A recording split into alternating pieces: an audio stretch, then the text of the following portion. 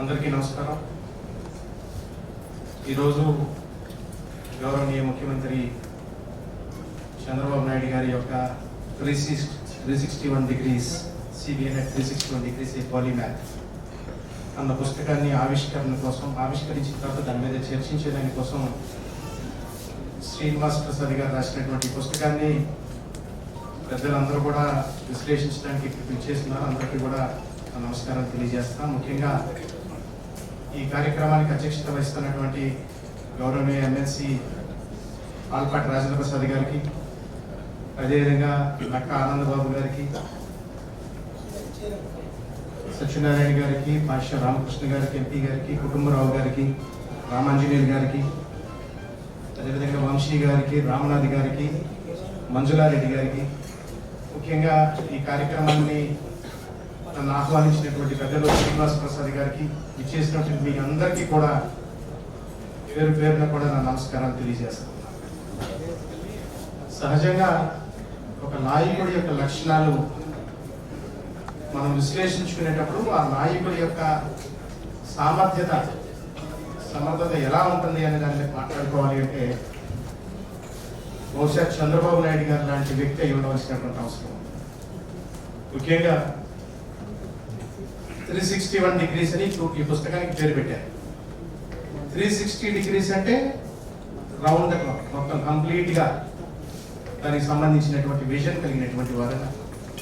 361 degrees అంటే ఒక step అదనంగా, అందరికంటే ముందుగా ఒక దార్శనికతతోటి ఆలోచన చేయడం, ఆలోచన చేసిన దాన్ని ఇంప్లిమెంట్ చేసేటటువంటి సమర్థత కలగడం ఒక నాయకుడికి ఉండవలసినటువంటి ప్రధానమైనటువంటి లక్షణం.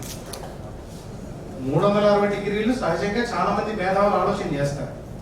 ఒక డిగ్రీ అదనంగా ఎప్పుడైతే ఆలోచన చేయగలుగుతారో అటువంటి వ్యక్తిని గొప్ప నాయకుడిగా మనందరం కూడా చెప్పుకుంటాం.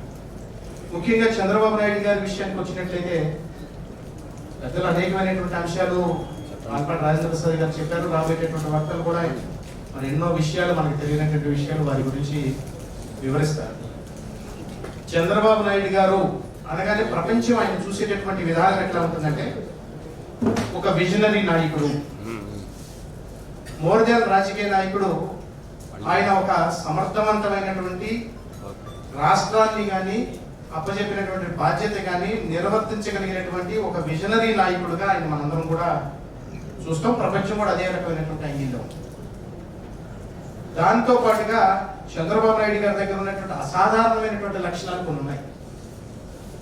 నిత్య విద్యార్థిగా, మరి ఎప్పుడు కూడా ముఖ్యమంత్రి అవ్వడానికి ముందు కానివ్వండి, ముఖ్యమంత్రి అయిన తర్వాత కానివ్వండి, ఎప్పుడు నిరంతరం నేర్చుకునేటటువంటి ప్రక్రియలో ఉంటారు.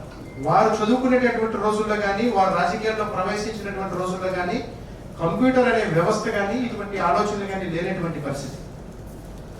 94లో 95లో వారు ముఖ్యమంత్రి అయిన తర్వాత సచివాలయం అంతా కూడా, సెక్రటేరియట్ మొత్తం కూడా కంప్యూటరైజేషన్ చేస్తామంటే ప్రపంచం అంతా కూడా విస్తుపోయినటువంటి పరిస్థితి. చంద్రబాబు నాయుడు గారు ఒక రాజకీయ నాయకుడిగా సుపరిచితులు, అప్పటికే ఎకనామిస్ట్ గా కొంత అవగాహన ఉన్నటువంటి వ్యక్తిగా అందరికీ తెలుసు. కానీ కంప్యూటర్స్ మీద ఇంత రకంగా ఏ రకంగా చేయగలుగుతారు, చేస్తారా నిజంగానే? ఇదేదో కొత్త ప్రక్రియను తీసుకొచ్చి పెట్టేటటువంటి ప్రయత్నం జరుగుతూ ఉంది. దీనివల్ల రాష్ట్రానికి కానివ్వండి, ఎంప్లాయీ వ్యవస్థలో కానీ నష్టం జరుగుతుందని భావించినటువంటి పరిస్థితి ఆ రోజు. అటువంటి స్థితి నుంచి కేవలం ఉద్యోగస్తులకి, మంత్రులకి కంప్యూటర్స్ నేర్చుకోమని చెప్పడం మాత్రమే కాదు, తాను స్వయంగా ఆ రోజుల్లోనే PPT ప్రజెంటేషన్స్ ఇచ్చేటటువంటి స్థాయికి ఎదిగినటువంటి ఒక గొప్ప నాయకుడు చంద్రబాబు నాయుడు గారు. బిల్ గేట్స్ గారు వారిని కలిసినటువంటి సందర్భంలో 5 నిమిషాల సమయం ఇచ్చినటువంటి సందర్భంగా చంద్రబాబు నాయుడు గారు వారి యొక్క వినూతన ఆలోచనలో ఒక PPT పవర్ పాయింట్ ప్రజెంటేషన్ ఇస్తున్నటువంటి సందర్భంగా 5 నిమిషాలు ఇచ్చినటువంటి సమయాన్ని గంటకు పైగా బిల్ గేట్స్ గారు గడిపి ఇక్కడి నుంచి వెళ్ళిపోయేటప్పుడు చెప్పినటువంటి మాట, ఈ 55 నిమిషాలు నేను ఏ రకంగా చంద్రబాబు నాయుడు గారితో గడిపానో నాకు అర్థం కాలేదు. నా కంపెనీకి సంబంధించినటువంటి ఒక విజనరీ CEO ఈ రకంగా ప్రెజెంటేషన్ ఇస్తున్నారా?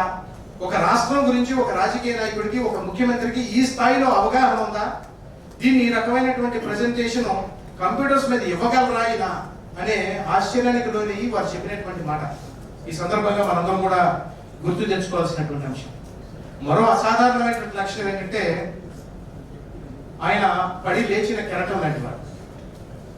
ఎన్నిసార్లు ఆయనకు ఎదురు దెబ్బలు తగిలినా, పార్టీ ఓటమి చెందినా, తనతో ఉన్నటువంటి వ్యక్తులు తనను వదిలేసి వెళ్ళిపోయినా ఎక్కడా కూడా తన ఆత్మవిశ్వాసాన్ని కోల్పోకుండా నిరంతరం ఏదైతే ఆయన ఒక లక్ష్యాన్ని పెట్టుకున్నారో, స్వర్ణాంధ్రప్రదేశ్ అనే లక్ష్యాన్ని పెట్టుకున్నారో, ఆ లక్ష్యం దిశగా ఎప్పుడు చేసినా కూడా అదే ప్రయత్నంలో భాగస్వామ్యం అవుతూ ఇటువంటి పెద్దలందరినీ కూడా కలుపుకుంటూ నిరంతరం ఇటువంటి కార్యక్రమాన్ని ముందుకు కొనసాగించినటువంటి వ్యక్తి చంద్రబాబు నాయుడు గారు. నాని గారిని కూడా ఆహ్వానిస్తా ఉంటారు రాజగారి ద్వారా. అటువంటి వ్యక్తి చంద్రబాబు నాయుడు గారు. ఎన్నిసార్లు కింద పడినప్పటికీ కూడా ప్రతిపక్షంలో ఉన్నప్పుడు కూడా నాకు తెలుసు బాగా దగ్గరగా, నేను కొన్ని సందర్భాల్లో వారి గురించి విన్నాను. వారి దగ్గర ఉన్నటువంటి కొంతమంది సహచరుల ద్వారా, పెద్దల ద్వారా విన్నటువంటి విషయం. అధికారం కోల్పోయిన తర్వాత 2004 నుంచి 2009 వరకు ఉన్నటువంటి పరిస్థితుల్లో 2014 వరకు కూడా ఎవరైతే గతంలో మంత్రులుగా తన దగ్గర పనిచేసినటువంటి వ్యక్తులు ఉన్నారో వారందరినీ కూడా సమావేశపరిచి, ఓడిపోయిన తర్వాత జరిగిన సంఘటన, వారందరితో సమావేశపరిచి వారందరికీ కూడా బాధ్యతలు ఇస్తూ వారు ఏ మంత్రివర్గంలో అయితే, ఏ మంత్రిగా అయితే వారు పనిచేస్తున్నారో వాటికి సంబంధించినటువంటి సమాచారాన్ని నిరంతరం కూడా వారికి పరిచయం అధికారుల ద్వారా తెప్పించుకోవడం మాత్రమే కాదు, ఇప్పుడు జరుగుతున్నటువంటి ఆ కాలంలో జరిగినటువంటి వ్యవస్థల నిర్మూలన ఏ రకంగా జరుగుతూ ఉంటే దానికి తగినట్టుగా ఎలా మనం తయారు చేసుకోవాలా, మన అధికారంలో వచ్చినప్పుడు ఏ రకంగా మళ్ళీ గాడిని పెట్టాలి అని ఒక ఆలోచన చేసినటువంటి, దృష్టి కలిగినటువంటి ఒక దర్శకుడు చంద్రబాబు నాయుడు గారు. దాంతో పాటుగా చంద్రబాబు నాయుడు గారి దగ్గర మరొకటి విషయం, పడిపోయినటువంటి వ్యవస్థలన్నింటినీ కూడా ఏదైతే మనం చూసాం గత కొన్ని సంవత్సరాలు, ఎవరిని రాజకీయ విమర్శ చేసేదానికోసం మనం కలవలేదు కాబట్టి సున్నితంగా ఆ సందర్భాన్ని చెప్పదలుచుకున్నాను. మనం చూసాం 2019 నుంచి 24 దాకా ఏ రకమైనటువంటి పరిస్థితులు ఈ రాష్ట్రంలో ఉన్నాయి.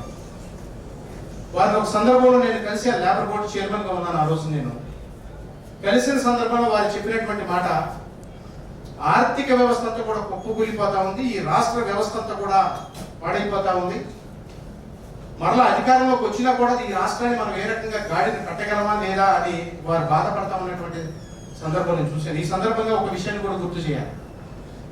2020-21లో కరోనా మహమ్మారి దేశవ్యాప్తంగా ఉన్నప్పుడు వారితో మాట్లాడినటువంటి సందర్భంలో ఒకరోజు వారు ఎర్లీ మార్నింగ్ 7:30కి ఫోన్ చేశారు. చేసి మీరు ఇప్పుడు లేబర్ బోర్డు చైర్మన్ గా మీరు ఏం చేయబోతా ఉన్నారు దీనికి సంబంధించిందని అడిగారు. సార్, ఎవరైతే ఎక్కడైతే బాధితులు ఉన్నారో, ఎవరైతే లేబర్ వేరే ప్రాంతాలకు సంబంధించినటువంటి వారు ఉన్నారో వారందరినీ కూడా వారి యొక్క గమ్యస్థానానికి చేర్చేదాని కోసం ప్రత్యేకమైనటువంటి రైళ్లు, ఇతర కార్యక్రమాలను కూడా చేస్తున్నాము. ఆ రోజు సంబంధించినటువంటి అంశాన్ని చెప్పాను. వారు ఒక్క మాట అన్నారు, ఈ 2-3 నెలల పాటు 4 నెలల పాటు ఎప్పటి వరకు ఈ కరోనా మహమ్మారి ఉంటుందో అప్పటి వరకు మీరు మార్చేటటువంటి ప్రయత్నం, ఇక్కడి నుంచి అక్కడికి పంపించేటటువంటి ప్రయత్నం మీరు చేస్తూ ఇక్కడే మిగిలిపోయినటువంటి కార్మికులు ఎవరైతే ఉంటారో వారందరికీ కూడా ఈ ప్రాంతంలోనే వారికి రేషన్ లేదు కాబట్టి రేషన్ ఇప్పించేటటువంటి ప్రయత్నం ఎందుకు చేయకూడదు అని వారు సూచన చేశారు. ఇదే విషయాన్ని ఆ రోజున నోడల్ ఇన్ఛార్జిగా మన దేశవ్యాప్తంగా కూడా ఆ రోజు కేంద్ర హోంశాఖ సహాయ మంత్రిగా ఉన్నటువంటి గౌరవనీయులు కిషన్ రెడ్డి గారికి ఆ విషయాన్ని నేను తెలియజేశాను. ఇలా చంద్రబాబు నాయుడు గారి యొక్క సూచన ఇది, మనం ఈ రేషన్ బియ్యాన్ని కానీ, రేషన్ గోధుమలు కానీ, రేషన్ వస్తువులన్నీ కూడా ఎక్కడైతే ఉంటున్నారో, బీహార్ వాళ్ళు ఇక్కడ పనిచేస్తామన్నారు, ఇక్కడ వాళ్ళు ఎక్కడో ఉత్తరప్రదేశ్ లో పనిచేస్తామన్నారు, వారందరికీ కూడా ఏ రకంగా మనం ఇవ్వగలం అనే దాన్ని ఒకసారి ఆలోచన చేయాలని చెప్పి వారి సూచన. దాన్ని ఏదైనా మనం ముందుకు తీసుకెళ్ళవచ్చామని చూడండి అని అంటే వారి దాన్ని ఇమీడియట్ గా ఆ రోజు ఉన్నటువంటి ప్రధానమంత్రి గారి నోటీస్కి దీన్ని తీసుకుని వెళ్ళటం, నరేంద్ర మోదీ గారి దృష్టికి దాన్ని తీసుకుని వెళ్ళటం, దాని నుంచి ఉద్భవించిందే ఈ రోజు 1 నేషన్ 1 రేషన్ అనేది అంశాన్ని మీకు ఈ సందర్భంగా తెలియజేస్తాను. ఆ రోజు చంద్రబాబు నాయుడు గారు ఇచ్చినటువంటి సూచన చాలా విలువైనటువంటిది. ఆ స్థితిలో కూడా నాలాంటి ఒక వ్యక్తిని, సాధారణ వ్యక్తిని గుర్తుంచుకొని నాకు ఒక బాధ్యత ఉంది ఇక ప్రభుత్వంలో తెలుసుకొని, ఎంతమందికి చేశారో నాకైతే తెలియదు, నాకు చేసిన సందర్భంగా వారు చెప్పినటువంటి మాట, నాకు సంబంధించినటువంటి నేను ఏమైతే సహాయం చేయగలనో, నా ద్వారా ఏదైతే ఈ దేశానికి ఉపయోగపడుతుందో అది చేశారు. అటువంటి ఒక గొప్ప వ్యక్తి చంద్రబాబు నాయుడు గారు. వారి గురించి చెప్పాలంటే అనేకమైనటువంటి అంశాలు ఉంటాయి, పెద్దలందరూ కూడా మాట్లాడవలసినటువంటి విషయాలు ఉన్నాయి కాబట్టి ఒకే ఒక విషయం చెప్పి ముగించదలుచుకున్నాను.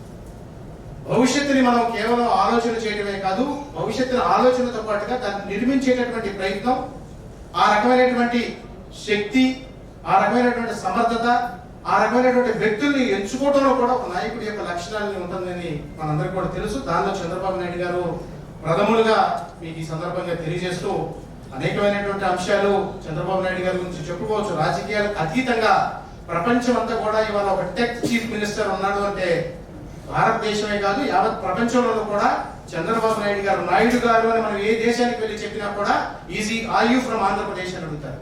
అటువంటి ఒక గొప్ప నాయకత్వ లక్షణాలు కలిగినటువంటి వ్యక్తి చంద్రబాబు నాయుడు గారు మనకు ముఖ్యమంత్రిగా ఉండటం మనందరి యొక్క అదృష్టం.